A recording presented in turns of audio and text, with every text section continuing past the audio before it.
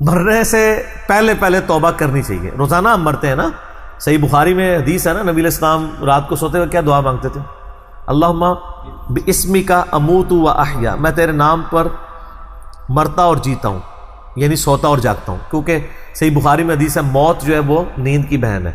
اور جب آپ صبح اٹھتے ہیں تو وہ بھی صحیح بخاری میں دعا ہے، الحمدللہ الذی احیانا بعد ما اماتنا والیہ النشور. تمام تعریفیں اس اللہ کے لیے ہیں جس نے مجھے مرنے کے بعد زندہ کیا، یعنی موت کے بعد زندہ کیا، اور میں نے پلٹ کے اس کی طرف جانا. تو رات کو سونے سے پہلے توبہ کریں. اور سب سے بیسٹ توبہ تو وہ بخاری مسلم میں حدیث ہے، جس نے رات میں سورۃ البقرہ کی آخری 2 آیات پڑھ لی اسے ہر چیز سے کفایت کر جائیں گی. آمن الرسول بما انزل الیہ من ربہ والمؤمنون کل آمن باللہ وملائکتہ وکتبہ ورسلہ لا نفرق بین احد من رسلہ وقالوا سمعنا واطعنا غفرانک ربنا والیک المصیر لا یکلف اللہ نفسا الا وسعہا. آنورڈ. اس میں تجدید ایمان بھی ہے، اللہ پر ایمان، کتابوں پر، فرشتوں پر. اس کے بعد دعائیں ہیں، ربنا لا تؤاخذنا ان نسینا واخطانا. اس کے اندر توبہ شامل ہے. سب سے بیسٹ تجدید ایمان جو ہے سورہ بقرہ کی آخری 2 آیات ہے. اور یہ ہمارے وظیفے میں ہم نے بلو کارڈ کے اوپر بھی لکھا ہے کہ نبی علیہ السلام نے فرمایا، اور یہ حدیث بخاری مسلم دونوں میں، جو شخص رات کو سونے سے پہلے سورۃ البقرہ کی آخری 2 آیات پڑھ لے، اس میں جو کچھ اللہ سے مانگا ہے وہ اس کو دے دیا جائے گا. یہ بھی الفاظ ہے. تو اس میں کیا کچھ مانگا ہوا ہے؟ تو تجدید ایمان. پھر صحیح بخاری میں حدیث ہے کہ نبی علیہ السلام فرمایا جو صبح یقین کے ساتھ 1 دفعہ پڑھ لے سید الاستغفار، اور شام سے پہلے اگر مر گیا سیدھا جنت میں جائے گا. اور اگر شام کو پڑھ لیا پورے یقین کے ساتھ، یقین سے مراد ہے کہ باقی توبہ کا اس کا ارادہ ہوا، صبح سے پہلے مر گیا سیدھا جنت میں. اللہم انت ربی لا الہ الا انت خلقتنی وانا عبدک وانا علی عہدک ووعدک ما استطعت اعوذ بک من شر ما صنعت ابوء لک بنعمتک علی وابوء بذنبی فاغفر لی فانہ لا یغفر الذنوب الا انت. یہ سید الاستغفار ہے. تو یہ وہ ہے توبہ جو روزانہ کرنی چاہیے، نزا سے پہلے پہلے، یعنی صبح پہ پڑھے شام کو پڑھے. بلکہ مسند البزار میں صحیح سند کے ساتھ ہے کہ نبی صلی اللہ علیہ وآلہ وسلم ہر فرض نماز کے بعد بھی سید الاستغفار پڑھتے تھے. ہر فرض نماز کے بعد. ایک تو ہم پڑھتے ہیں نا اللہ اکبر استغفر اللہ استغفر اللہ استغفر اللہ اللہم انت السلام ومنک السلام تبارکت یا ذا الجلال والاکرام. اس کے بعد آپ سید الاستغفار آیت الکرسی بھی پڑھیں. آیت الکرسی کے بارے میں بھی آیا ہے سنن نسائی الکبریٰ کے اندر صحیح سند کے ساتھ. ہم نے گرین کارڈ میں ڈالا ہے کہ جو شخص آیت الکرسی فرض نماز کے فوراً بعد پڑھے گا مرتے ہی جنت میں جائے گا. لیکن نماز پڑھے گا، خالی آیت الکرسی نہیں، نماز کے فوراً بعد، تو نماز بھی اس کو پڑھنی چاہیے. تو اس طرح یعنی تجدید ایمان والا یہ معاملہ بھی کرنا چاہیے. اور یہ وہم ہی نہیں بننا چاہیے کہ اللہ تعالیٰ معاف نہیں کرے گا. صحیح بخاری اور مسلم دونوں میں حدیث ہے کہ میں اپنے بندے کے گمان کے قریب ہوں. جو بندہ میرے لیے گمان کرتا ہے میں ویسا ہوں اس کے لیے. جو شخص یہ کہتا ہے اللہ مجھے معاف نہیں کرے گا تو اس کو واقعی اللہ معاف نہیں کرے گا. اور جو کہے گا کہ اللہ تعالیٰ مجھے معاف کر دے گا اسے اللہ معاف کر دے گا. تو انشاءاللہ تعالیٰ یہ کبھی ایسا نہیں کرنا چاہیے اللہ تعالیٰ سے نا امیدی والا معاملہ. آپ اپنے رب کے وعدوں پر، نبی صلی اللہ علیہ وسلم کے وعدوں پر یقین رکھیں کہ جس شخص نے سچے دل سے توبہ کی ہے اس کی نہ صرف توبہ قبول ہوگی سورۃ الفرقان آیت نمبر 70 کے تحت، بلکہ اس کے گناہوں کو بھی نیکیوں سے بدل دیا جائے گا. تو اللہ تعالیٰ رجوع لانے والوں کو پسند فرماتا ہے. بار بار رجوع لاتے رہنا چاہیے. اللہ تعالیٰ سے اپنے آپ کو آزاد نہیں کرنا چاہیے. نیکی کی ہو یا نہ کی ہو، گناہ کیا ہو یا نہیں کیا، یہ علیحدہ سے بات ہے. نبی علیہ السلام سے بڑھ کر کون نیک ہو سکتا ہے؟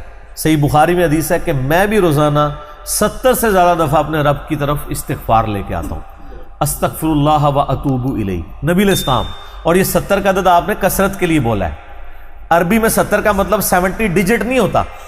70 کا مطلب 1000 دفعہ بھی ہو سکتا ہے، 10,000 دفعہ بھی ہو سکتا ہے، 100 دفعہ بھی ہو سکتا ہے. کثرت کے لیے بولا جاتا ہے.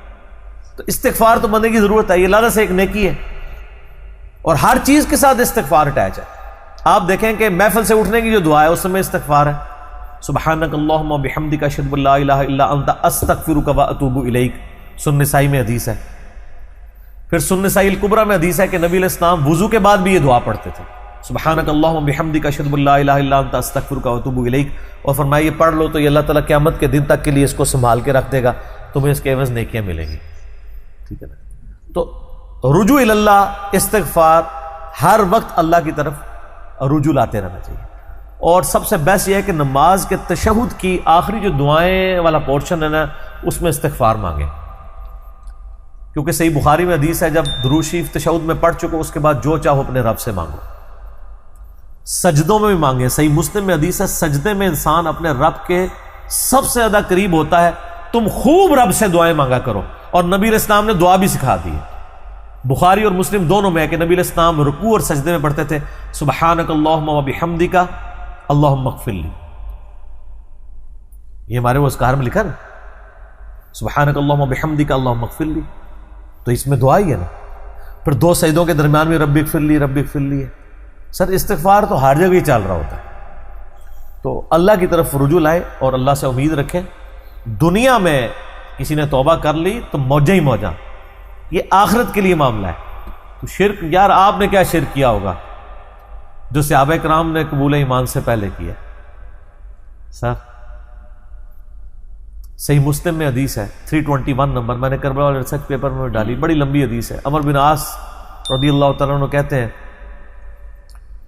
کہ جب مجھے یہ اندازہ ہوا کہ اب نبی علیہ السلام یعنی غلبہ پائیں گے، یعنی اللہ نے ان کا سینہ اسلام کے لیے کھول دیا. اسلام قبول کرنے کے لیے نبی صلی اللہ علیہ وآلہ وسلم کی خدمت میں حاضر ہوئے تو خود ہی بتاتے ہیں، اور انہوں نے اپنے نزع کے عالم میں موت کے وقت میں اپنے بیٹے کو، بڑی لمبی بڑی رکت انگیز حدیث ہے، میرا یوٹیوب پہ کلپ بھی ہے، عمر بن عاص کی موت کے وقت گفتگو، اشک بار آنکھوں سے سننے والی. تو خیر اس میں یہ بھی الفاظ ہیں، کہتے جب میں نبی صلی اللہ علیہ وسلم کے پاس ایمان لانے کے لیے گیا نا، تو نبی علیہ السلام نے اپنا دایاں ہاتھ آگے بڑھایا بیعت کرنے کے لیے. تو کہتے ہیں میں نے دایاں ہاتھ بڑھایا لیکن حضور کے ہاتھوں میں ہاتھ دینے سے پہلے ہی کھینچ لیا.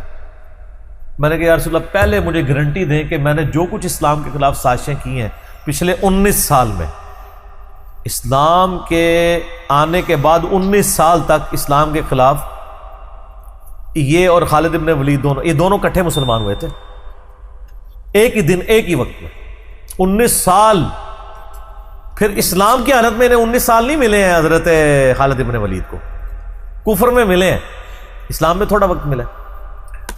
تو حضرت عمر بن عاص کہتے ہیں میں نے ہاتھ کھینچ لیا. میں نے کہا یا رسول اللہ پہلے گارنٹی دے میرے سارے گناہ معاف ہو. تو آپ صلی اللہ علیہ وسلم نے فرمایا کہ اے عمر، کیا تجھے نہیں پتا کہ اسلام پچھلے کے سارے گناہوں کو معاف کر دیتا ہے، اور اللہ کی راہ میں ہجرت پچھلے کے سارے گناہوں کو معاف کر دیتی ہے، اور حج مبرور پچھلے کے سارے گناہوں کو معاف کر دیتی ہے. تو یہ اسلام لے کر آنا ہی کتنی بڑی دولت ہے. تو یہ تجدید ایمان کرنا، کلمہ پڑھ کے یہ اپنا تجدید ایمان والا معاملہ بھی کرتے رہنا چاہیے. یہ بھی ایک توبہ کا ذریعہ. اللہ سے امید رکھیں. اللہ کو اصل میں باغی پسند نہیں ہے. جو گناہ کر کے توبہ کر لیتے ہیں نا، وہ اللہ کو بڑے پسند ہے.